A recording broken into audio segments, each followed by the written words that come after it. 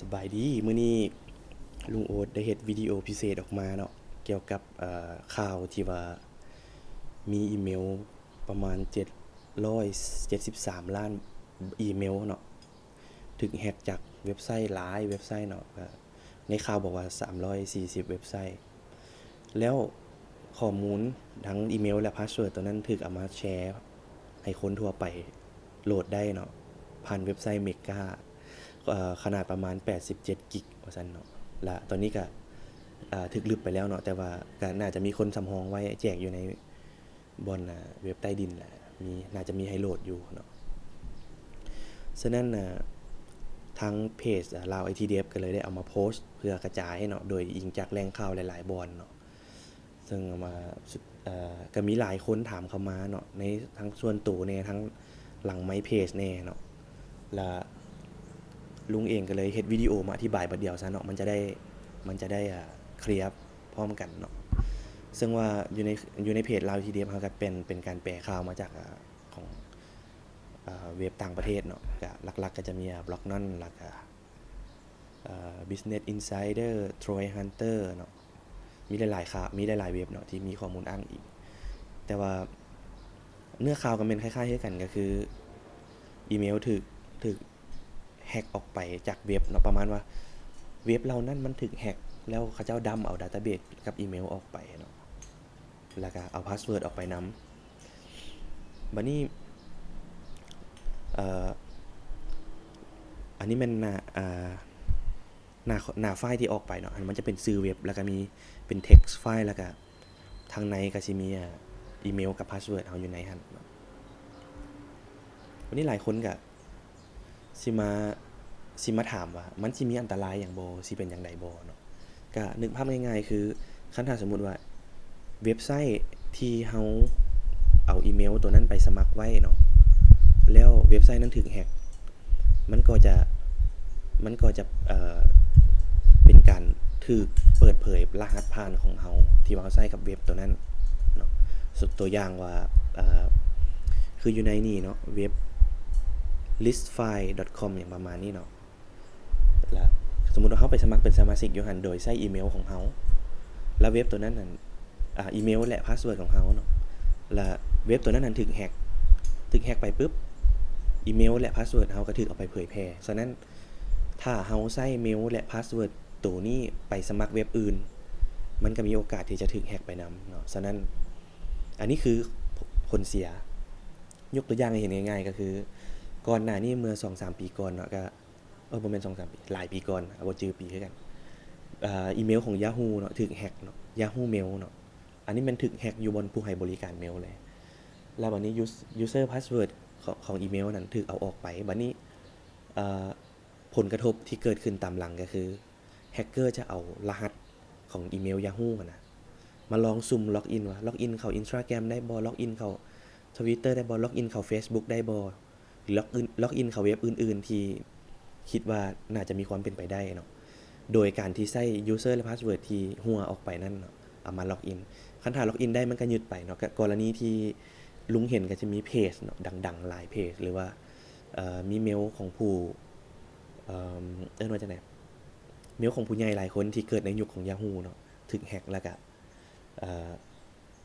ถูก Facebook ถูกแฮ็กนำแล้วก็อีเมลที่ใช้ Yahoo ไปใช้ Facebook ถูกแฮ็ก Facebook แล้วไปแฮ็กเพจต่อเนาะถ้าผู้ใดเอาไปเป็นเจ้าของเพจอย่างประมาณนี้อันนี้คือผลกระทบที่ว่าเฮาเห็นกันได้ง่ายๆบัดนี้อันหลังจากเฮาฮู้แล้วมามีผลกระทบเนาะฉะนั้นผลกระทบคือบ่แม่นว่าสมมุติเฮาใช้ Gmail จังซี่เนาะแล้วเฮาเอา Gmail ไปเช็คเบิ่งเนาะก็คืออยู่ในข่าวมันจะบอกว่าให้เฮาไปเช็คอยู่กับเว็บตัวนี้เนาะ Have I been pawned เนาะก็คือHave I been pawned ตัวนี้มันแปลว่าหยังบ่แม่น pawn หนังโป้เนาะบ่แม่น pawn มันมาจากคำว่า PWN มันย่อมาจากคำว่าตัวนี้เนาะ pawnnet เนาะตัวนี้และอยู่ในศัพท์ของแฮกเกอร์เขาเจ้าจะเอิ้นว่าเป็นการยึดเนาะเนี่ยเป็นการที่ว่าเฮ็ดจังได๋ก็ได้ให้ได้มาถึงความเป็นเจ้าของเนาะอย่างประมาณนี้เขาเจ้าเอิ้นพรประมาณว่าค่อยแฮ็กเจ้าได้แล้วเขาเจ้าเอิ้นพรประมาณนี้ในคำศัพท์ของแฮกเกอร์ฉะนั้นอยู่ในข่าวบอกว่าให้เฮาเอาเมลหรือว่าเอาอีเมลของเฮาเนาะไปเช็คว่า เมลตัวนี้ถูกหัวอยู่เว็บใดแน่เนาะหรือว่าถูกหัวไปแล้วบ่เนาะตัวอย่างลุงเอาเมล os55@laosa.com เนาะคันหากกดมาเช็คแล้วมันขึ้นว่า good news เนาะบ่พบเนาะตัวนี้แปลว่าเฮาปลอดภัยเนาะสำหรับเมลนี้แปลว่ารหัสของเฮายังบ่ถูกเปิดเผยเนาะบัดนี้ลุงลองเอาอีเมล uthai@laoitdev.com เนาะมาใส่เบิ่งมันบอกว่า oh no ถูกพรไปเนาะแล้วมันก็จะบอกรายละเอียดว่า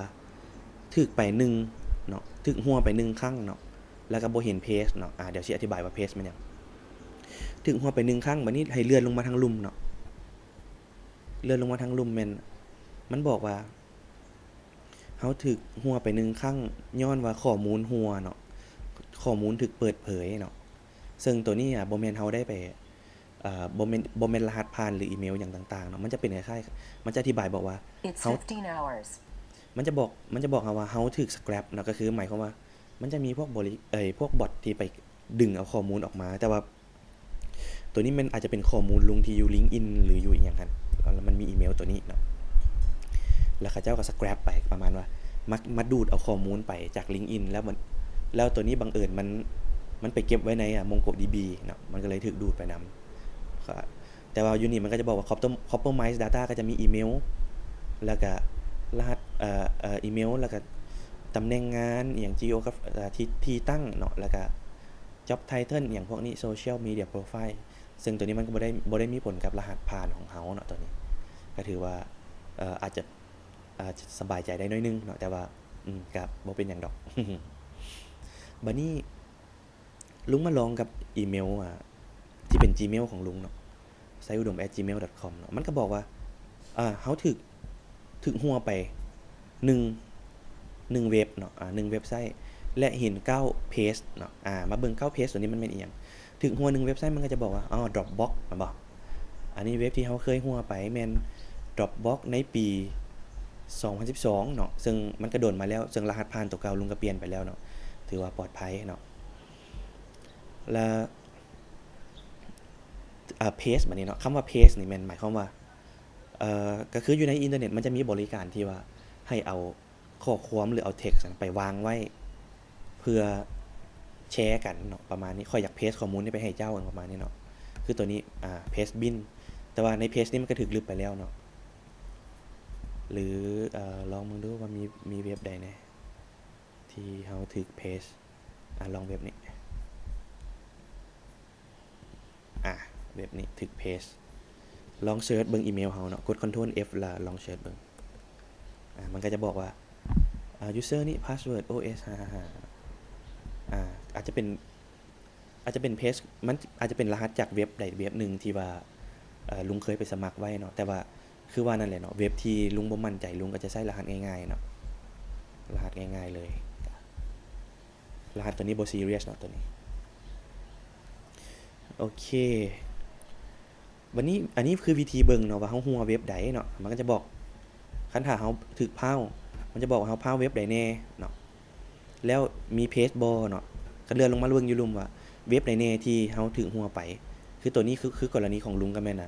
กรณีของ Dropbox เนาะ Dropbox ตั้งแต่ปี2012ฉะนั้นหลังจากที่ลุงฮู้ข่าวก็ไปเปลี่ยนรหัสตั้งแต่ตอนนั้นแล้วเนาะฉะนั้นก็ของรหัสตัวนี้ก็บ่ได้ใช้อีกเลยบัดนี้บ่ได้ใช้อีกเลยเนาะบ่ได้ใช้อีกเลยในที่นี้มันก็จะเป็นทริคอย่างนึงที่เสริมเนาะสำหรับคนที่ว่าอยากตั้งรหัสเนาะก็คือแนะนำให้ว่าแต่ละรหัสบ่ต้องใส่ซ้ำกันเนาะก็คือกรณีที่เราเห็นนี่แหละว่าสมมุติว่าเขาเจ้าแฮ็ก Dropbox เข้าไปได้แล้วได้อีเมลและพาสเวิร์ดเนาะแล้วเขาเจ้าลองเอาอีเมลตัวนี้ไปล็อกอินอยู่ใน Facebook หรือเอาอีเมลตัวนี้ไปลองล็อกอินอยู่ในบริการอื่นๆเนาะ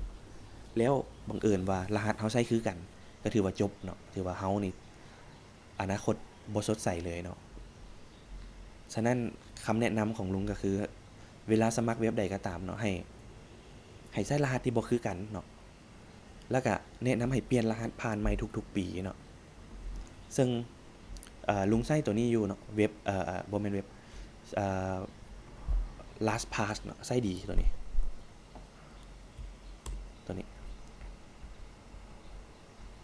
LastPass มันเป็น password manager มีทั้งแอปมีทั้ง plugin อยู่ในเบราว์เซอร์เนาะก็สามารถ คือเราเห็นนี่แหละเนาะเวลาเราสมัครเว็บใดเนาะมันก็จะเจเนเรตรหัสผ่านให้สมมุติว่าเราอยากใส่รหัสผ่านใหม่มาเขาก็เจเนเรตให้แล้วหลังจากเขาเจเนเรตแล้วมันก็จะเซฟไว้ให้สมมุติเวลาเราล็อกอินเราก็เลือกเอาเลยว่าเราสิล็อกอินเว็บนี้โดยใส่รหัสผ่านตัวนี้จังซี่เราบ่จำเป็นต้องจื้อรหัสเนาะแล้วรหัสแต่ละเว็บก็จะบ่ซ้ำกันเนาะอันนี้คือตัวที่ลุงใช้อยู่เนาะเดี๋ยวสิลุงสิแชร์ลิงก์LastPass ให้อีกบัดนึงบัดนี้หลายคนก็ถามมาคือเว้านั่นเนาะว่าสิปลอดภัยบ่หรือสิว่าจังไดแล้วคันถ้าไปเบิ่งอยู่ในเว็บเว็บลืมบอกชื่อเว็บเนาะตัวนี้เนาะ Have I been pwned เนาะตัวนี้ตัวนี้ .com เนาะคันถ้าไปเบิ่งอยู่ในเว็บแล้วตัวเองถูกพาวน์เนาะก็ให้ไปเบิ่งว่าเว็บใดแน่เนาะตัวนี้แล้วก็เว็บตัวนี้เฮาใช้รหัสตัวใดคือกับเว็บอื่นบ่เนาะคันถ้าคือก็ให้เปลี่ยนเนาะคันถ้าผู้ใดบ่ถูกพาวน์ก็จะเป็นสีเขียวก็ถือว่าปลอดภัยเนาะแล้วก็สุดท้ายก็แม่นขอให้ทุกคนมีสติเนาะในการใส่รหัสในการล็อกอินในการอีหยังต่างๆเนาะคันถ้าตัวใดบ่แน่ใจก็บ่จำเป็นต้องกดโอเคหรือกดคอนเฟิร์มเนาะแล้วเวลาสมัครเว็บก็ควรแบ่งเป็นหมวดคือกรณีของลุงก็จะแบ่งเป็นหมวดว่าหมวดที่เว็บที่ใช้การเงินเนาะเว็บที่ใช้โซเชียลเว็บที่ใช้ช้อปปิ้งเนาะแล้วก็เว็บที่ใช้แบบสมัครลินทั่วไปประมาณนี้เบิ่งแบบเป็นเว็บบอร์ดหรือเว็บอย่างที่เฮาบ่ไว้ใจจังซี่ก็อีกใส่คนละเมลไปเลยแล้วก็ใส่คนละรหัสผ่านไปเลยจังซี่เนาะมันก็สิช่วยให้เฮาปลอดภัยขึ้นเนาะขอจบส่ำนี้เนาะ